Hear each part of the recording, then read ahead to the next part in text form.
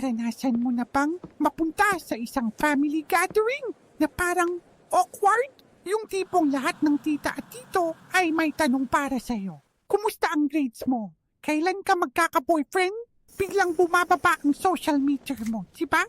Para kang isang sim na biglang nakakuha ng pulang awkward conversation moodlet. Yung plum bob mo sa ulo, kulay orange na sa stress. Pero huwag mag-alala.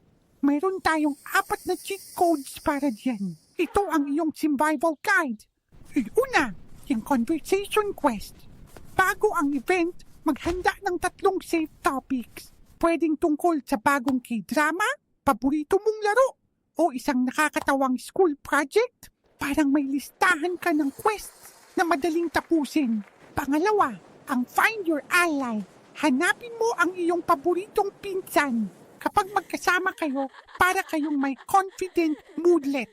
Pangatlo, ang recharge station.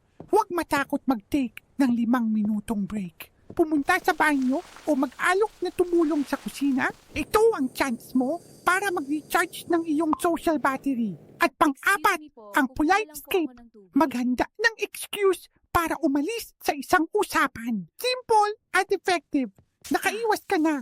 Tandaan, hindi mo kailangang maging perfect sim. Ang mahalaga ay alagaan mo ang iyong sariling needs bar.